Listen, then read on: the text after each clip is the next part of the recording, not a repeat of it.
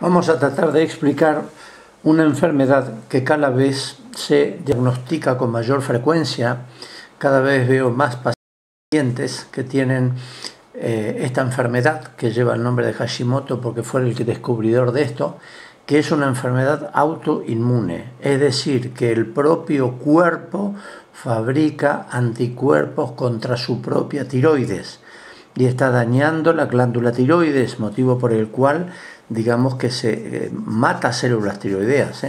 Normalmente nuestro sistema inmune tiene que venir y ayudar a defender al organismo, no a atacarse a sí mismo. Hay muchas enfermedades autoinmunes en estos momentos, cada vez la vemos con mayor frecuencia. La artritis reumatoidea es una de ellas, la esclerosis múltiple es otra, el lupus y muchas otras enfermedades. Realmente es algo que nos preocupa muchísimo lo que está pasando con la autoinmunidad. Esto es solamente para que sepan de dónde viene la tiroides, ¿no? Es decir, cuando se concibe el ser humano, ahí aparece que es el endodermo, bueno, en esos detalles que no quiero entrar.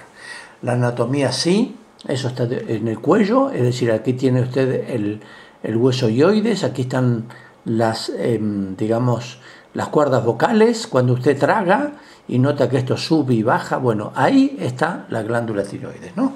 Entonces, la rodea el esófago, una serie de detalles anatómicos que no vienen al caso. Ahí está como tenemos la vena esta, que es la vena cava superior, muy importante. Aquí tienen la carótida, aquí tienen el músculo y aquí está escondido con estos dos lóbulos ionismo que los une los dos lóbulos, que esa es la glándula tiroides.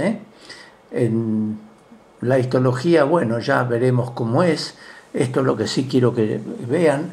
Digamos que son reservorios. Ahí hay acumulada hormona tiroidea, que ya veremos el mecanismo por el cual, cómo se regula esa liberación de la tiroides a la sangre de la hormona tiroidea de acuerdo a la cantidad de hormona tiroidea que tengamos circulando en nuestra sangre.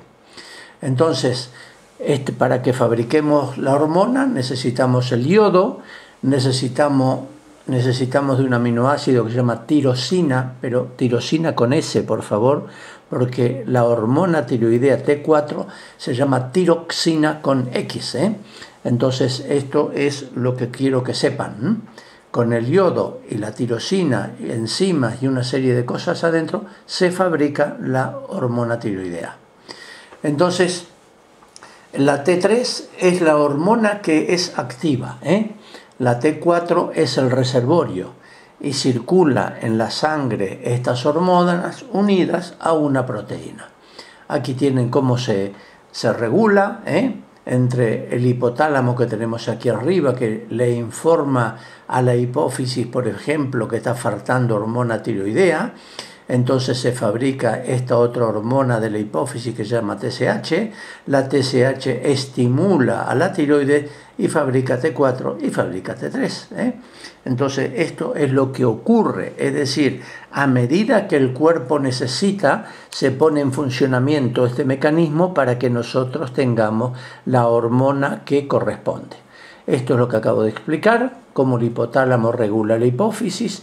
La hipófisis viene y por medio de este TSH hace que se fabriquen más hormona tiroidea que larga a la circulación. Todas las glándulas de secreción interna tienen el mismo mecanismo. Por ejemplo, si nosotros tomamos azúcar, viene una estimulación para que se libere insulina, que es para que se produzca el metabolismo del azúcar. Las funciones importantes es que regulan el metabolismo basal, afecta el crecimiento, ya vimos el tema del cretinismo, aumenta la termogénesis y produce calor y aumenta el consumo del oxígeno por esa célula, e influyen en el metabolismo de los hidratos de carbono y los lípidos. Por esto, una persona que tiene colesterol alto y tiene una tiroides en hipotiroidismo, que trabaja de menos, una de las causas, creo que la más importante, será la hormona tiroidea que le está faltando. ¿Cómo medimos nosotros? ¿Qué hacemos con un paciente que sospechamos que tiene esta enfermedad? Bueno, le decimos que haga análisis de sangre, pedimos la T4, pedimos la T3, pedimos los anticuerpos, vemos cantidad de yodo que se elimina por orina, vemos el metabolismo basal, y con todo eso tenemos una idea de cómo está funcionando la tiroides. Los pacientes que yo recibo se le hace la TSH y la T4 libre. La T3 no la miden, muy pocas veces se hacen ecografías tiroideas, casi nunca metabolismo basal, casi nunca excreción urinaria del yodo, y muy poca gente viene con los anticuerpos contra la tiroides pedidos. Esto que ustedes ven aquí, más la ecografía de la tiroides, sería lo que es un buen examen tiroideo, que lamentablemente no se hace. ¿Cómo estudiamos una tiroides? Nos ponemos detrás del paciente, ponemos los deditos, le decimos que trague y ahí palpamos nosotros la tiroides. Y también está la ecografía que acabamos de decir. Entonces, en esa ecografía nosotros vamos a ver, y la gamografía lo mismo, y si nosotros encontramos un nódulo y queremos venir y sacar material, hacemos una punción con una aguja gruesa, y con esa agujita lo mandamos al patólogo para que nos diga qué células hay en ese trozo de tiroides que hemos sacado. Entonces, si nosotros vemos la tiroides con esta Hashimoto que estamos tratando de explicar, podemos tener que exista hipotiroidismo, que exista hipertiroidismo, puede ser como ven en esa imagen allí, que es un bocio simple, o que tenga nódulos tiroideos. Entonces vemos dentro de las autoinmunes es la tiroiditis de Hashimoto, que es esto que está aquí. Entonces vamos a ver qué es la tiroiditis de Hashimoto, que es una inflamación aguda contra sí mismo. Lleva ese nombre porque el doctor japonés Hachiro Hashimoto en 1912 es quien describe la enfermedad. Es la causa más frecuente del hipotiroidismo, en el cual es conocida con otros nombres que no vienen al caso. Entonces, es una enfermedad autoinmune, que se suele asociar con otras patologías autoinmunes a veces. Entonces, ahí hablan de teorías desencadenantes, puede ser un virus, pero yo lo relaciono muchísimo con el exceso de mercurio en el organismo, que ya van a ver de qué manera se puede venir y determinar este exceso que estamos hablando. Entonces los síntomas puede tener todo esto que estamos viendo aquí, que debilidad, que astenia, es decir, pocas ganas de hacer las cosas, tiene intolerancia al frío, enlentecimiento de las funciones intelectuales, disminución del apetito, trastornos menstruales, la voz ronca, es decir, muchas de estas cosas que nos puede hacer sospechar a nosotros qué es lo que está ocurriendo. La piel seca, el edema, los movimientos son lentos.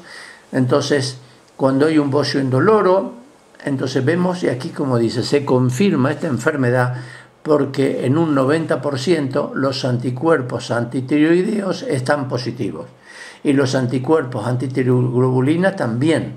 Entonces hay que ver la cantidad de TSH y T4 que hay en el organismo. Entonces hacen las pruebas tiroideas para ver qué es lo que se encuentra, para confirmar el diagnóstico, y esto es lo que yo le estoy explicando que se hace con pelo. Si no, yo le envío pelo a Estados Unidos y me mandan esta parte, este análisis, todo lo que está dentro del verde es normal, y todo lo que está en el amarillo ya no es normal. Esto que está aquí, por ejemplo, es el mercurio, cuyo valor normal sería 1.1, y nos encontramos que tiene 3.3, es decir, que tiene un 300% más de mercurio que lo normal. Y en este caso acompañado aquí un poco de aumento de del estaño que tiene en su organismo. Esto es algo muy importante cuando tenemos enfermedades tiroideas. Tenemos que venir y quitar este mercurio del organismo. Vamos a seguir luego en otro para seguir explicando el Hashimoto.